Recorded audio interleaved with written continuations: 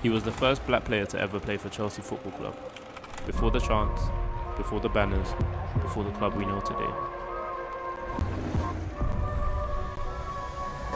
There are moments in football that live beyond the pitch, moments that don't show up in stats, moments that change and define culture.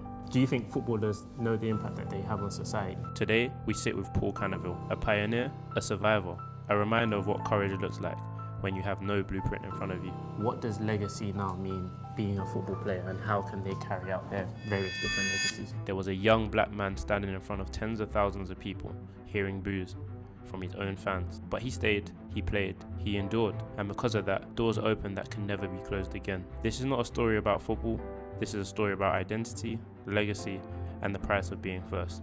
The word Paul Cannoville now is being spreading. Instead of always chasing now, they're chasing us. I need to hear your story right now.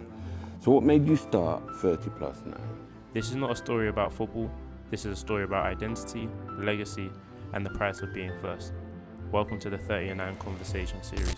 Paul, Marcus, thank you for your time today. You're here representing Paul Cannoville Foundation. Yeah. Me and Dylan are here representing 30&Nine, and we're just going to sit down and have a conversation. So, first question. What moment made you realise that football could heal?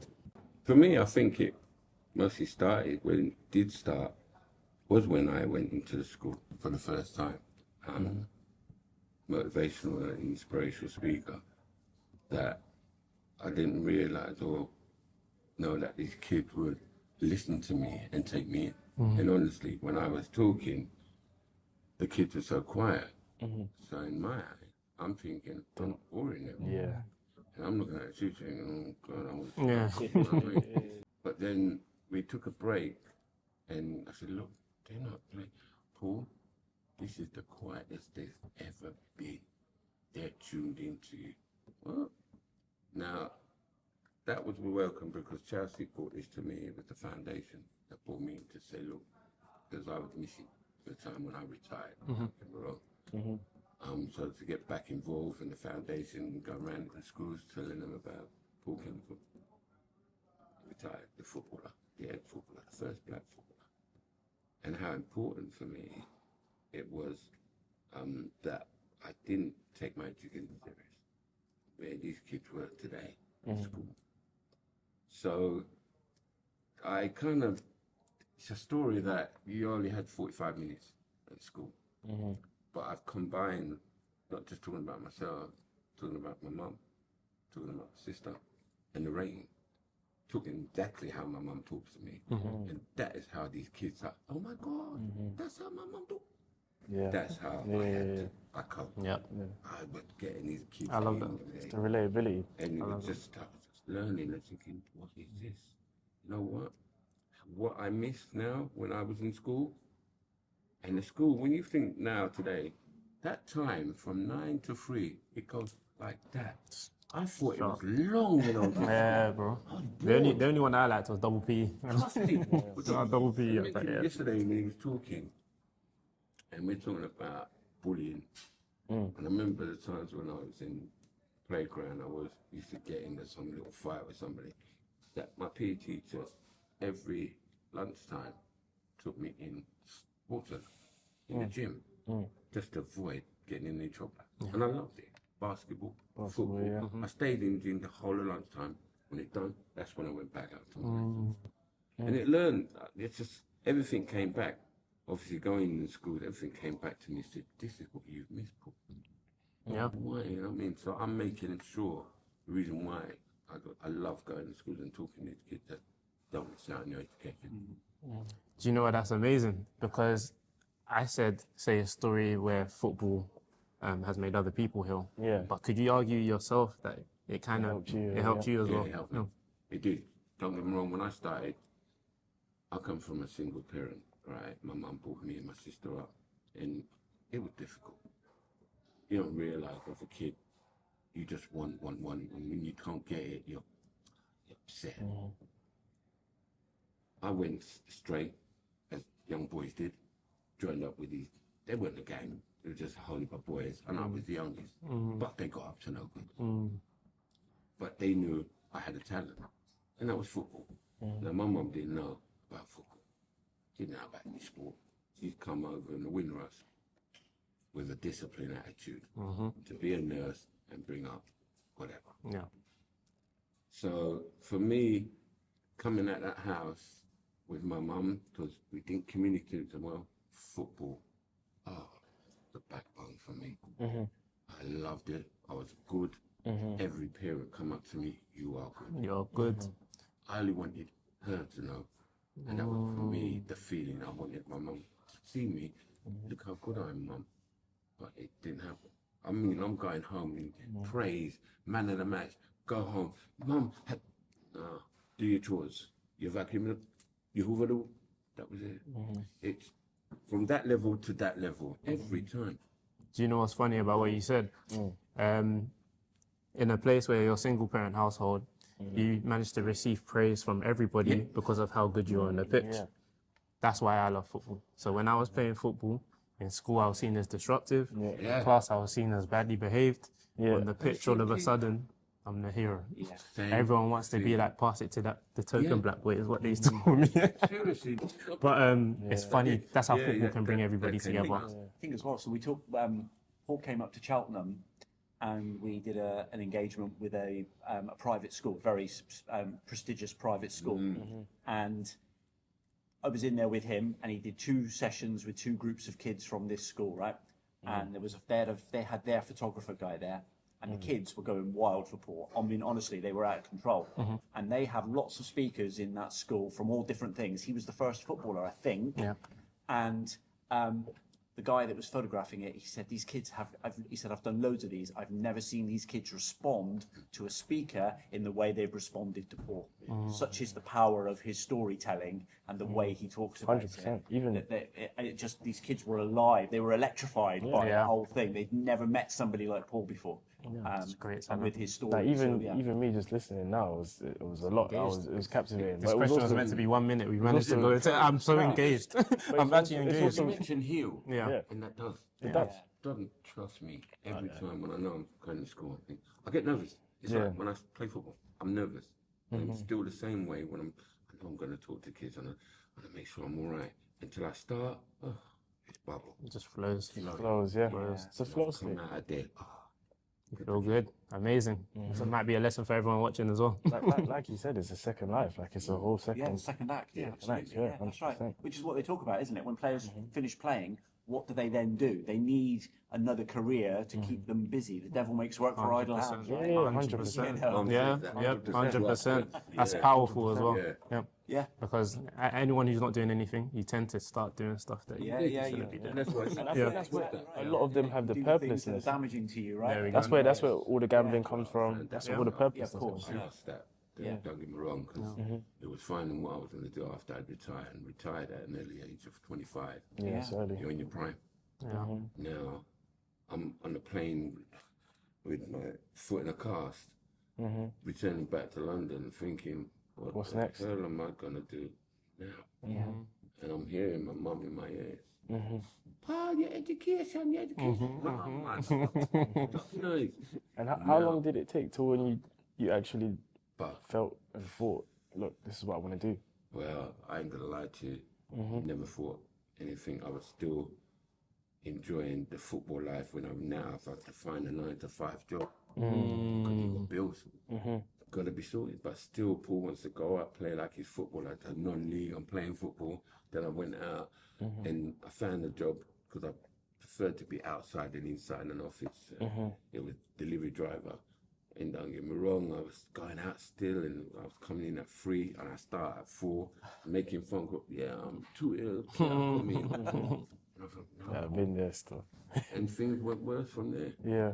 It did, you know what I mean? And boy, it's after that, and I'm not gonna lie, when I went to rehab, then I had cancer. Rehab helped me. Rehab, because I was a person that didn't talk. I didn't share anything. So any person come to tell you anything, you're right, Paul. I tell them, I wasn't, but I couldn't tell you.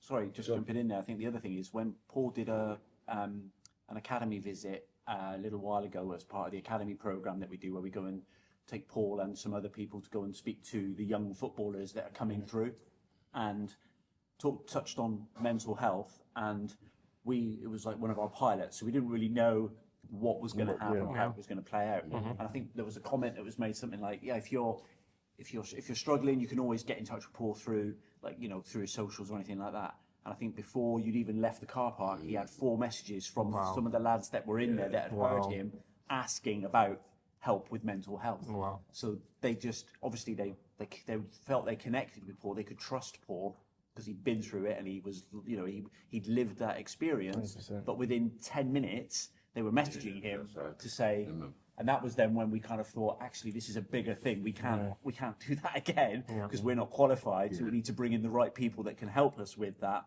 and communicate that correctly. 100%. But within 10 minutes, 4 lads got in touch with Paul because they were struggling with something and they didn't know what to do. You know what? I've got to be honest, I didn't realise, not in anything about mental health. I don't think I'd have that anyway.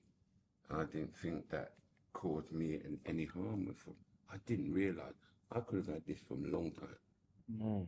But I kept storing things, and that's what it was for me when I stored things. And the anger that I was carrying, ooh, man, boy, did that come out. Fully. Yeah, 100%. And that was me talking to a counsellor. And that's a lot of people, though. I know a lot of. Trust me, I know now. They don't talk to nobody, but I'm telling you now, talking to a counsellor, he's an independent, he's a family member, sharing with you, he's talking to you, it releases enough. Oh my gosh, I was walking light. I mean, I was angry with enough, but I never told everybody who I was angry with. I was angry with Chelsea, but I never said no. I was angry with Mum, I never said no. Father, but talking to an individual and getting this off my chest, oh gosh, man. It's a weight lifted off. So it was, so later on, it was funny because feeling about that, then realising Chelsea were trying to take me out. Like, for no reason. I was embarrassed because obviously now I had a drug problem, I had this. I didn't want nobody to know. But Chelsea already knew. In fact, the whole world knew. I was the only person that didn't say anything. So going in, I'm big, I'm ashamed and embarrassed. But Chelsea, what me say to people? Where you been? I said, they know about that. Well, they're doing autobiography. What? Yeah, but now me writing this all down for the world? No, I don't want that. Because a lot of that involved my mum. And my mum, I don't get that. So I had to get that permission. I'm with you. I'm with that as well. It's in our culture. I'm even thinking of my mum when he said it. I'm like, Your mum means a lot, right? 100%, everything. she's everything. You've got to ask her permission. Because I'm going to be talking about you. And even that, I didn't even ask her. I asked my sister to go ask her. That's what I was afraid. I probably Mum did. read your book. But Mum ain't read that book. Mum ain't read that book up till now. I ain't gonna lie to you. They gave me 12 books to give to my family. Yeah. Did you give it to? I give Mummy the book. Mummy sent them books all to Caribbean, all the family, her brothers and sisters. Of course, everything got to go back home. That's culture, that's tradition right there. Everything's got to go back home. But when she realised what I was going through, this is true, because Ian Wright done a documentary about black players. Yeah? Mum saw the programme. Mum phoned me. Why you never tell me about what you're going through? And I said, Mum, you never told me. Yeah. Both of us are crying. Literally. It's a powerful moment, that. Oh, it was, man. I was, Mum, I didn't know how to tell you. It was, it struck home, boy. Do you know how many people that Ian Wright documentary touched? It touched a lot of people. Which, Trust me. Yeah, which actually leads me on to my next question of saying, do you think footballers know the impact that they have on society? I think football itself for us as a young black youth was very important. Kept me out of trouble. It did. Today, it's so important with these kids now that for me as an ex-player to go out and express to them what it means. They're taking it in. They are literally young kids taking it in.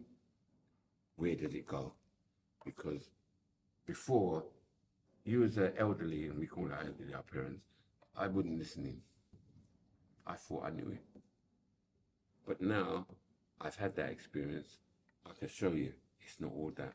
But when you do, it's not just coming in and kicking ball and trick. There's a whole lot of things behind this. 100%. So now they listen to an individual who's been there and there's trouble with it. Don't get me wrong.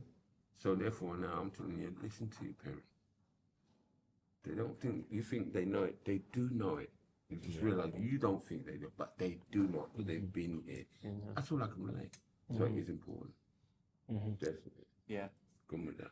Yeah, it's powerful what you said about your parent and listening to your parent. There's times when I was younger, I'd be like, what are you talking about? We do. And right now I'm living it and I'm thinking, You know it now. It didn't. It did. right. I don't. You know, it is. My You dad know, was it is. right. It's because we don't pay no bills. So we when I don't started even paying bills, realize. that's when I was like, As soon as I started paying bills, Yeah. I said to myself, "Oh, this is what they was pay doing." bills. And that's Okay. you. From you know Yeah, that yeah. now, you pass it on. same thing with You football. pass Yeah. that on because Yeah. it isn't as easy. When you realize, I want this and want that, and I ain't getting it because I see my friend with. You got these Yeah, I still remember. I still remember a Power Rangers toy I didn't get. So now I'm I thinking. understood, and I've relayed that in my message at school. Yeah, yeah, I'm thinking, oh no, I didn't know it.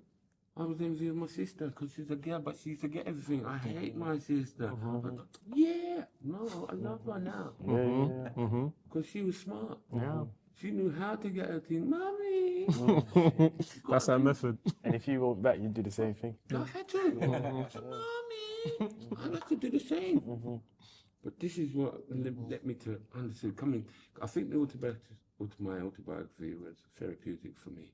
Because thinking about the past brought everything up. Yeah, And for me to be bringing it out with these kids, yeah. oh yeah, man. 'Cause It helped me. I can It only helped me. imagine. It helped me. I can only imagine when I was a kid, my idol was Frank Lampard. If Frank Lampard told me to do anything as a kid, I would have done it. But like we Why said- Frank? I was a Chelsea fan. Like we said, Frank. these players of today, Yeah. in the past, if they went in school, they'd be like gods. Yeah. Because they watched them. I want to be such and such. He come in my school telling me, oh, this is how you could do and what you should do. And Yeah. oh, mummy, yes, mummy. He'll be doing everything now. I went to the school, and a school down in Victoria, I was working as a TA, no word of a lie. Year 3, they put me in all the years. Year 3, I found. Yeah. I'm sitting outside, I'm listening to the teachers, Australian woman. They weren't listening to us. See, there's on the board. They were just talking. I just stepped in the room. How dare you? Everyone look up. Is that what you do when you go home? With your mother? No? Okay. Trying to help you get an education and you're this. Heads down. Heads are down. Yeah. Me and the teachers. Yeah. Yeah. Got this. My parents coming up to me.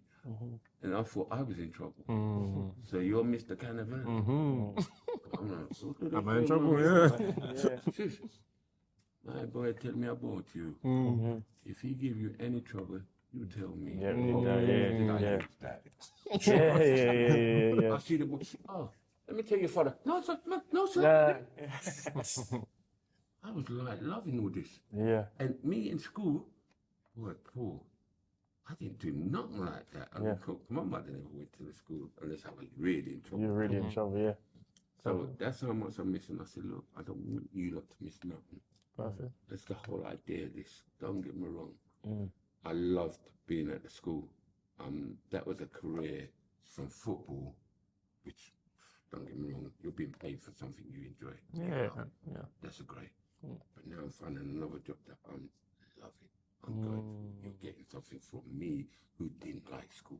I think you found your purpose. So, Purpose there. Yeah. trust me. I think you I found your loved purpose. it. No, I miss it. You know, I had to leave after 10 minutes, and it was like 2010.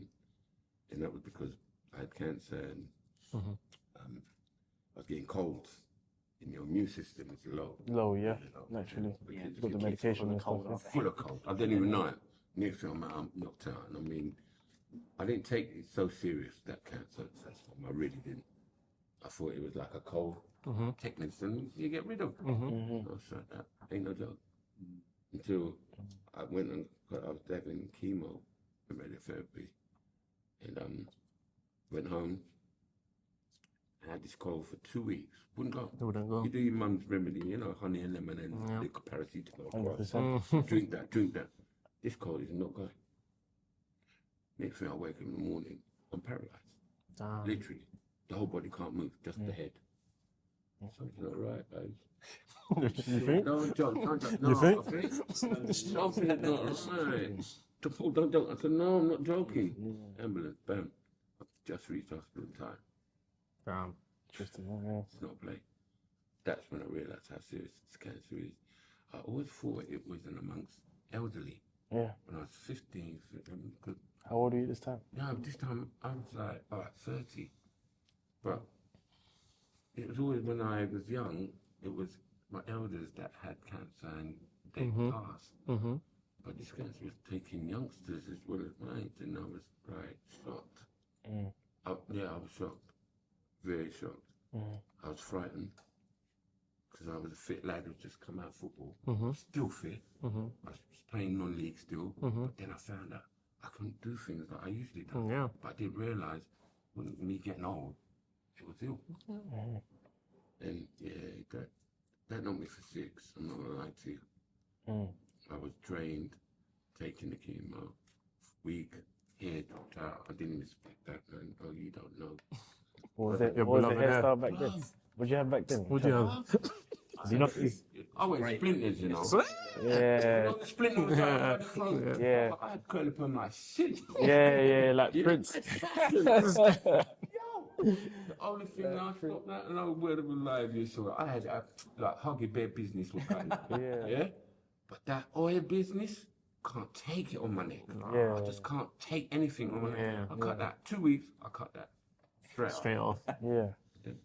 But yeah, the hair factor did. I mean, it dropped, and I was scared. I had to go bald. I've never seen myself. Never seen a Well, bald. different In look. the mirror, said, oh my God, I'm not going out on the road. Yeah. I put in a hat on. Have you been bald since then? Brother, Did it grow- since then, Okay. I've just Oh bald. right, I didn't know if it had grown It back. broke, Yeah. it didn't, but you weren't the same. So Yeah, nah, the no. same me. Same Tie it. it off. Yeah. Yeah, that was it. That's why I kept it like it. So you imagine it's gone years like I'm like this. Yeah. To be fair, being bald is a lifestyle. Obviously, Yeah, not- go bald then. No, I'm cool. Really? I'm not cool. Stop. I got my hair for now. I'm cool. Stop going I think you need backwards, facial hair for that. Yeah, I don't. Don't get me wrong. Yeah, you still got to go You've above. got to save that and save it up. Yeah, Make yeah. it small, Sure, but but I hear it. Yeah, People love beautiful. things. Yeah, thank you, Paul. Thank you for obviously breaking that down and everything that you've said so far. I think one final question that I'd love to ask the both of you is, what does legacy now mean, being a football player, and how can they carry out their various different legacies? I've always been asked that. I've asked that question and I never realised what it meant, to be honest, to other people. And it is about my foundation. It is a matter of spreading it, not just here in England, and that's what I think has been taken. That when I went to America, I went on Chelsea fan base, because the fan base is Yep. right the whole of yeah. Worldwide, global. I didn't realise that. Yeah. Not that I feel stupid, I just didn't realise. I Realise just how thought much, it was here in England. Yeah. Yeah, Chelsea's apparently a big club. I think it's the third. Is it not the third? It might be the third biggest in England. Which Yeah, is what I it's- didn't understand. it is. Fan base? Yeah, Paul, we love you to come. Huh? Went New York. In New York. And Paul, wouldn't you come to school? And I'm thinking, these kids don't know who I am. Been in school, and like you said, the first thing is I'm first. What? Yeah. Oh my God. There's the kids. Like, oh my God. So I'm explaining, and the kids are, I'm thinking, oh my God, they can understand me. I'm just thinking England will know, but these kids don't understand, and I think, because this is what I want my legacy to be, that I can take, and it can take abroad to schools. And I've been to Germany. I've been, oh God, what's the lights? It's daytime all through the day. If I remember the place, I can't remember. Norway, yeah. I went there. Is it? Yeah, man. Yeah. Going to Dubai. I've gone look. He's gone to Dubai as well. Looking and they're taking me in. And that, for me, is what I feel, believe in my legacy, if that can continue. Amazing. I love the work, and if it wasn't for these guys committed, I don't think it got any bigger than what it is now. I'll be honest, I'm saying that because you and Raf Matt, June's the one that kicked me in the arse, that's my sister, keeps you going, that it has got bigger. Yeah. The word Paul Cannoville now is being spreading. Yeah. And like, we, instead of always chasing now, they're chasing us. Yeah. It's that, mate. Yeah, You know what I mean? yeah, very much I've so. got to put that up for them guys. I love that. Yeah. I love that. Yeah. On to you, Marcus. When I got involved with the foundation, Yep. we were trying to figure out where we fit, what we could do, and what our value proposition was in the world, I suppose you would say. And we settled on the schools piece, and we've done the e-learning, and we've done all those bits. But one of the things that Raf and I discussed very early days, and that we've both kind of completely bought into, was we wanted to secure Paul's legacy. Obviously, he's not a young man, no, but we wanted to secure his legacy and use the power of his story to educate children and young people wherever they may be, but also then bring in other people that have a story and do it under the banner of the Paul Cannoville Foundation, so that the Paul Cannoville name and brand will persist. But we're sort of scaling to make it more viable, so that when we go up, we're not relying on Paul coming everywhere with us all of the time, because we've got that brand and that strength now, and we've got friends that will come and do that for us, and Paul's got a good address book, and we can use we can bring in those sorts of people. Amazing. Which just makes it more relevant. If we go to a northern town, if we go to Sheffield, for example, we want somebody up there that means something to the people, to the children in Sheffield, right? Okay. We can take Paul. Paul can come and obviously speak to people. That's always that option. But if we've got somebody local that can go in there, it just makes it more real. They've got that connection with them 100%. in that space. So it's about securing Paul's legacy, providing for him, but and just maintaining that story and not losing it. You know what I mean? It's very easy in today's world. We watch the news for 5 minutes, bang, we're gone, and then the news story changes. changes, So how do you kind of do something analog in a really digital world? Digital I think world, that's that's what we're trying to do. Really. Very, very Amazing. profound line now. Very, very profound. Yeah. 100%. Love it. Thank you so much. Now you've been talking about hearing my story. I need to hear your story. So what made you start 30+9? Yeah, 30&Nine. I think it starts from kind of what got us both into working in football. I think it really starts with your passion and love for the game, what football does for you as a human being, as we said before, what it's like when football can heal in places. And I think for me personally, football was a big part of my entire life. I had dedicated my whole life to it. It taught me so many lessons. It made me more confident. It highlighted a lot of my strengths and my weaknesses in the game. And I think what brought me into 30&Nine was kind of seeing the space, the gap in the market, in the sense that football's always been, well, especially in England, football's been a sport where players and athletes aren't allowed to be expressive.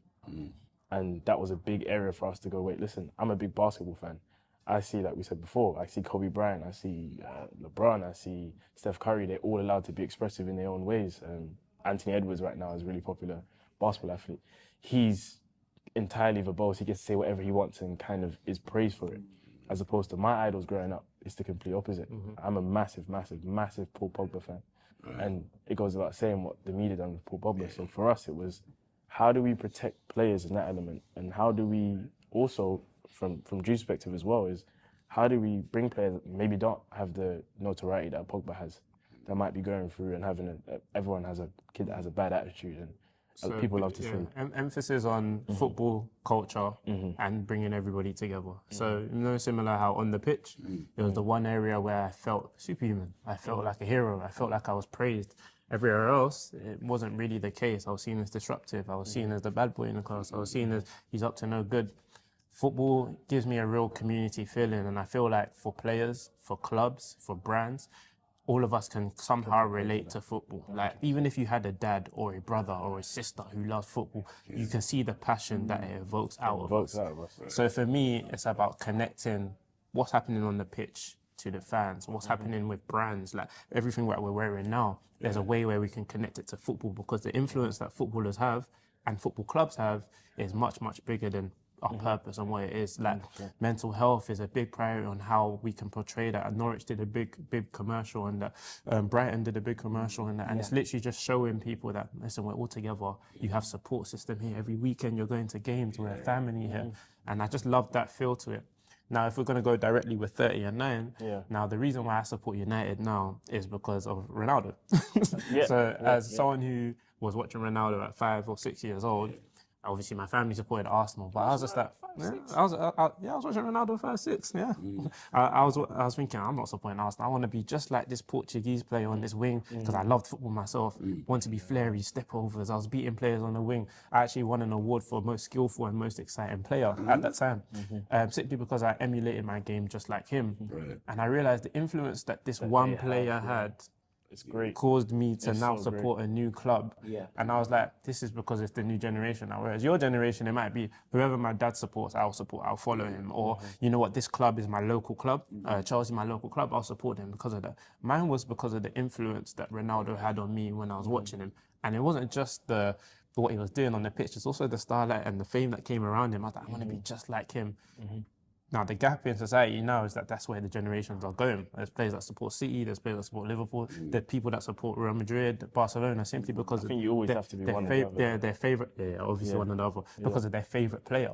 I think that's what it is. You see some players actually have a larger following than clubs themselves. If you look at Ronaldo's influence, when Ronaldo went to Al Nassr, when Messi went to into Miami, when Neymar went to PSG, when Ibrahimovic first went to PSG, LA Galaxy. LA Galaxy. You now have to look at David Beckham would be a good model for you guys to look at the time when he first coming through at Man United. Bad boy, like what's he doing? Why is he going all the starlights? Why does he care? He cares about a brand. He's just image. He's still a great footballer. That's what he was. He was a great footballer, and it allowed him to do that.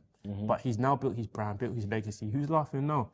David Beckham is on his way to becoming a billionaire. Ronaldo's just been announced as the first billionaire footballer because of his brand, because of who he is. And I realised you can build empires around football players and around clubs. It's because they're connecting with their audiences. It's that conversion from athlete into brand. So your follower, for me, the followers that you have an influence on them. You should be able to convert your following into, sharing your passions. They have the same passions as you. You should be able to relate with them. You should be meet and greeting with them. You should be giving back to them. And in exchange for that, they would actually give you back a reward for that as well. So they would pay you for whatever you're doing. They're always going to give you that. Their fandom and their loyalty in that is always a reward. I think that's what drives a lot of players forward, is the kind of having that people behind them support. A lot of players are just entertainers. Neymar could have been 10x the footballer if he was a bit more boring or pragmatic in his approach. But he's an entertainer. Ronaldinho, for example, is the perfect example. He's an entertainer. And for us, it was, how do we convert that expression, who they are as a person, and convert that into a brand? Same way you see McDonald's as a brand, same way anyone is a brand. These footballers all have the same influence as individual brands, but it's about assisting them into understanding that and converting that into... That's the key title there, making footballers a brand. So I'm interested in, you mentioned the basketball players and they have a voice and they can literally express themselves however they wish, and that's acceptable.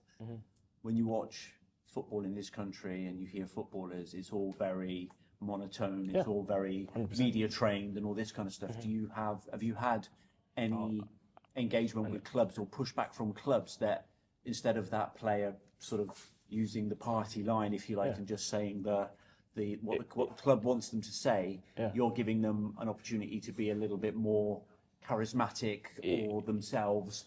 Do you get any pushback? It works, 100% gets pushback, but it all works hand in hand, because authenticity in social media and content creation is the most important thing. People think they want to see the kind of all the glitz and glamour, they want to see all of the things that normal people end up showing. They want to see show the facade, right?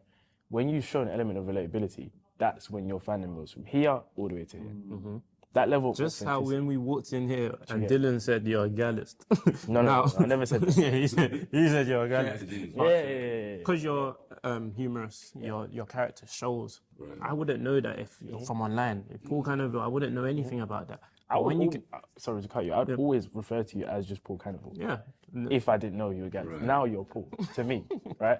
then it's like Mr. Cannoville. Mr. Cannoville. and I say that with a lot It's of understandable. with a lot of respect, right? With a lot of respect, but again, it's a thing of that level of relatability lets me go, oh, okay, yeah, it's a whole different, It's a whole different thing. I can open up to you. I can conversate with you. I want to hear more. That I sat down and listened to your story because the impression you made was beautiful. I was like, I need to hear more. To be honest, like you said, then I've heard this. I love that. And I wanted to give these kids, though, I can give them their voice. Yeah. And hear them. But I understand what you're saying there. But I think I was unapproachable because of how I was as a kid. I wasn't able to express with my mum, with anybody. Yeah. Kept to myself. Some people, when they saw me, quiet, Kind of grumpy. Yeah. Yeah. don't come. Yeah. Everybody told me that. And I'm saying, once you answer me, I'm gone. Gone, yeah. But you won't, because I want to approach you. Yeah. You know, say, at least you come to me, and then when I'm talking to you now, oh my God, you're all right. You're all right, you know. Can I ask an off-key You're question? talking, look at him, you don't look like me. Nah, leave him, avoid him. And when they started talking now, it was like, Right, wow. yeah. I got it every time. I'm thinking, that had to be when I was a youth and I didn't express, I didn't open up. Why? But can I ask an off-key question? So you say that you're like that, but where did your charm with ladies come from then? Or how does that come about? I Because think It's your personality. I hear you. Yeah. I hear you. It's that quietness, the shyness, and Yeah. so for that. Because, like I said, when they looked at me, he's too serious. Yeah. Now, but when you're talking now and you meet, hi, what's happening? It's cool. You had the On the knowledge. phone? Jeez. Like, what are you talking about? Oh, God, just hear you. I'm like, He ran the nonchalant. that's how it went. I'm both. Yeah. But you also lived in a house with a mum and a sister. Oh, so there we you go. were comfortable talking Women. with women. Yeah. Yeah, absolutely. Women. Yeah. And it was, I can't forget that. Yeah, of Mum course. is this. Yeah. We both, you know what I mean? And when Mum went and trust me, that shift from 7 p.m. time of night, locking up 2 kids in a room Yeah. and come back in the morning at 7, you've got 2 kids in a room. No, it's Anything happen, you know what I mean? What happened? We're in the room, we're talking, boy, right now it's early, you can't put no telly on. I'm hungry, I want a snack.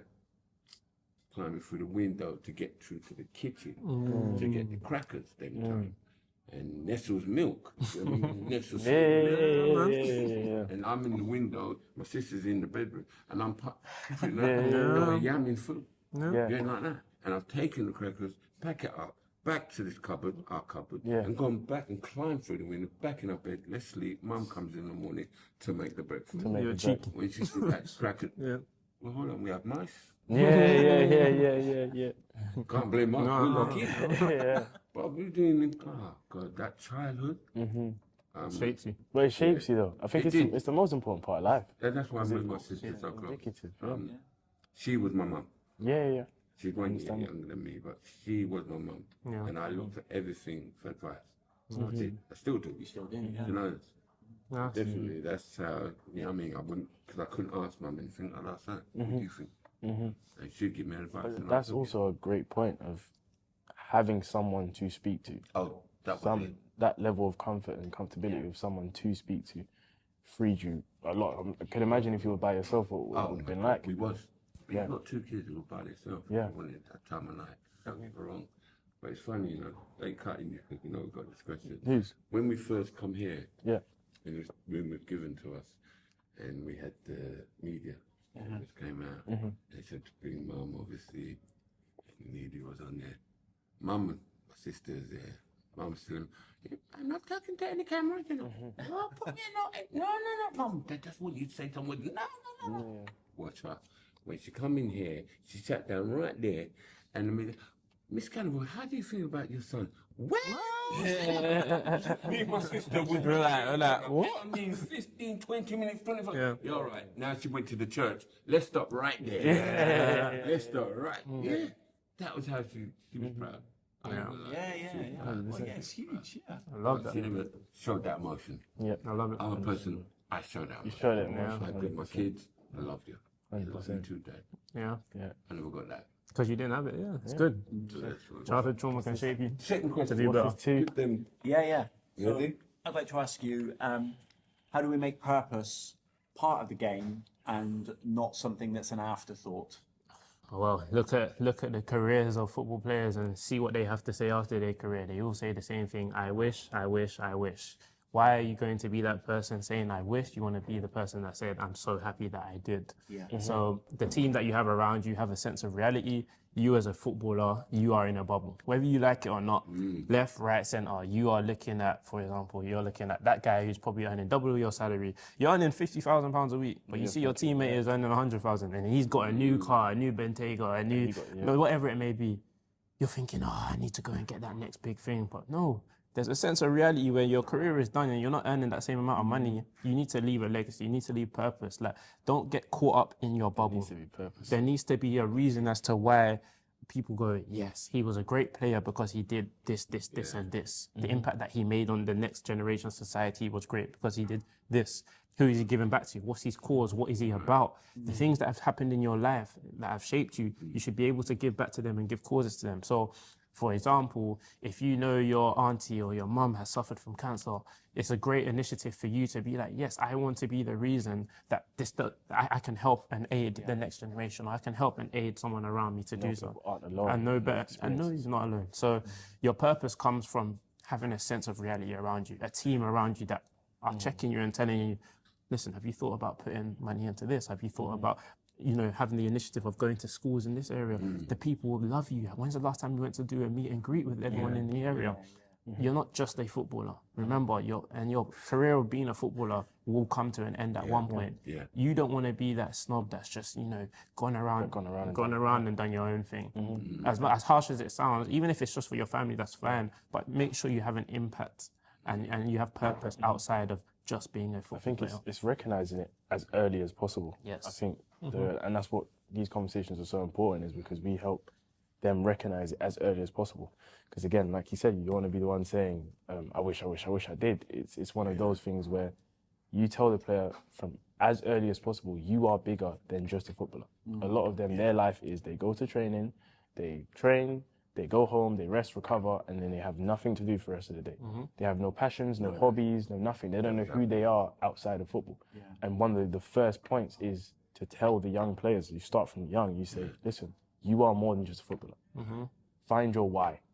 Understand your why more than anything. A lot of their whys will be family, a lot of the times, because you're coming from maybe not the most privileged situations and so on and so forth. And even not if they are privileged situations, they still want to be able to take care of their family and 100%. be a lead. So you find out their why, you find out who they are, what makes them who they are, and go from there and build off that, because everyone's different. Not everyone has the same Does purpose. this message land? Sorry, Paul. No, go on. Does this message?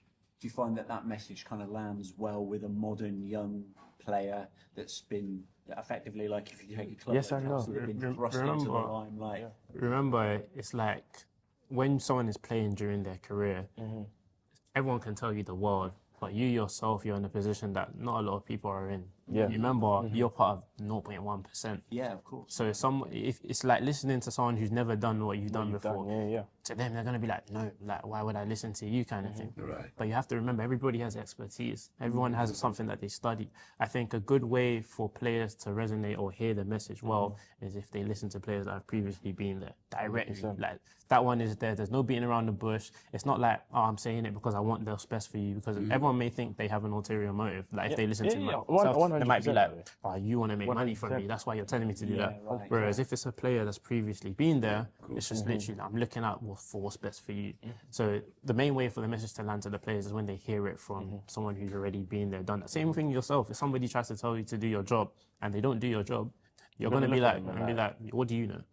So, it's just Even though making you'll sure. listen, Yeah, you you'll will listen. still be like, when you go home, it won't hit the same. It won't resonate the same. Sure. But ego is high with young men, as you know. You were once a young man. What are you going to tell? Young man. What are you going to tell a 21-year-old on 60 to 80 bags a week? A week? What are you going to tell him? I know. Yeah, exactly. Like, what are you able to tell him? Unless it's going to make him more money, what are you able to tell him, right? So it's for people like Paul to go, listen, I was that kid. Yeah. This is where it goes. And this is the journey almost all of us take. Like we said before, when you go back to schools now and you speak to the kids, a few of them would be like, oh, what does he know, right? And they're 11. When they get to 25 or even 22, double their age, they're going to be like, oh, he knew a lot. Yeah. And it's that retrospective thing, but it's being able to It's fun that try. you said that, because I've been getting that to the schools, and I was saying, we're talking about legacy. The schools that I've gone to now, that have left that school, joined secondary. They've passed it on to their brothers or family members. Paul Cannoville came to our school. So now I'm doing a apply. I'm going back to the schools that I went to. Oh, I know about you. My brother told me about you. Oh, you're funny. That's how it's been. So, yeah, I can understand that. I think as well, you've also got so if you've got a young player that wants to get involved in something, whether, whatever that might be, whatever the why is, like whatever it is for them, and then they need people to help them to do that, because, you need, like Paul's got a team that we look after the foundation. And I think even for the people that work in the foundation, like take me, for example, what it gave me was a different why. So I've got a family, I had a day job, I still have a day job, and then I took this on because this to me was so important to do. And I'm older than not older than you, but you know what I mean. And so even at a later stage in life, you can still find a why that you never had. And there's bits I take from this role that I apply to my day job, and I'm learning, and I've pushed myself beyond things, and I've done things that I wouldn't normally have done. And yeah, that's the thing. And to kind of different. touch on that age point as well, for like I said, the young footballers, they get everything in their life accelerated to the max, right? Everything is handed to them, essentially handed to them. They probably eat for free, more or less. If they don't, they have all the money in the world to spend. They get the house for free, all of the things that most people take a while to get to. That worry of bills, all of that thing. But they don't get the mental aspect accelerated. Sense of reality. They are still the same mental age as their peers with all of this responsibility. So to accelerate everything and not the mental is damaging. So we need to do more of a job to help them accelerate their mental as well as to cope with everything that's moving in their life. Helping them understand what's happening around. You have to be a more rounded person that knows how to go to the post office. Yeah, You hear those stories, don't 100%. you? I know footballers that they won't even understand how to do anything for themselves. Yeah, because people have always taken care of it. They don't drive, they just sit, they just live I on their won't say phone. names, but there's some that don't know how to book flights. Like there's got someone booking flights for them. You wouldn't know how to do it, but yeah. So last question for you both, which is how do we make giving more natural for players in their world? So it links to their purpose, links to their why. Finding a cause that resonates with them. 100%. I guess as much as different people have different foundations for different reasons, if a player is wanting to give, they will want to give to something that resonates to them. So finding out their story, finding out who they are, their upbringing, when we do all these things of finding out about story and autobiography and sitting down and talking to someone, you should listen in as to what their tells are, what their key things are, what has been said about them in papers, what shaped them, because that is what will allow them to say, you know what, this is a great cause for me to give or want to give. If you're telling someone to give to an initiative that they haven't even resonated or heard of before, it's going to be very difficult, unless this is where storytelling is a great factor. You can tell the story of why they should give there. And then maybe they can find somewhere in it where they can resonate. A lot of them wouldn't mind giving. Like you said, it's just being able to communicate to them why they should give in this element, right? And again, that comes from purpose, that comes from understanding your why, but also a lot of them are really good people. A lot of them, they fund some silliness, right? They fund some absolute silliness, but they do it for good reasons. They want to take care of all the people around them because they feel like they have the responsibility to take care of people around them. And that's a good trait to have, right? But it's being able to capture that trait and take it to a cause that doesn't directly impact your life. Right? That's something they struggle with. Understanding, I'm going to give to this charity and tomorrow I'm not going to be richer, no one's going to love me any extra, but it's understanding you're leaving a legacy. Being able to communicate to them the impact that they have outside of the immediate effects. And I think that's how you really, really get them to give with more confidence and give with more ease. Is it a difficult question for them to answer? So if you got like, you know, I don't know, if you think back to when you were, I don't know, 21 and somebody had asked you about your why, it's quite a difficult question at that age to actually 100%. understand, isn't it? It's I don't think you'll ever get the answer. No. I don't think in that year you'll find the answer. Or if you do, you're lucky. But Being young, It's, 21, your goal is to establish yourself. As, 100%. especially in football, it's your goal, which is reasonably so, is to establish yourself on the pitch. Still competitive, Like that's all they're thinking about at that point. They some of them might have just got a new contract. Some of them are waiting to get their next contract. That's all that's in their mind. Like they're still on that security phase for a lot of them, majority of them. So arguably, it's not their fault per se, but it's also the job of the people around them to really educate and make sure that their career flourishes in more ways than one. I think it's never going to be definitive. I at 21 will never be able to tell you my definitive why that's going to last me 40 years, right? Sure. But I could tell you what I'm passionate about, what I care about, and whom I love, right? And that's how you kind of take the steps forward. Just ask, because how many times you've asked a footballer outside of football and girls and cars and money, what did they actually like and enjoy, right? On a personal level. Like, what do they think of when they think of the things they care about the most, right? No one asks those questions. And once you figure that out, like I said, most of them will probably tell you family. It's a baseline thing that all of them resonate with, family, right? Thank you so much for your time, guys. Paul, Thank you. great having you. Appreciate that. Marcus, Thanks again. great having you as well. Cheers. Take care. Thank you. Appreciate it. Nothing good.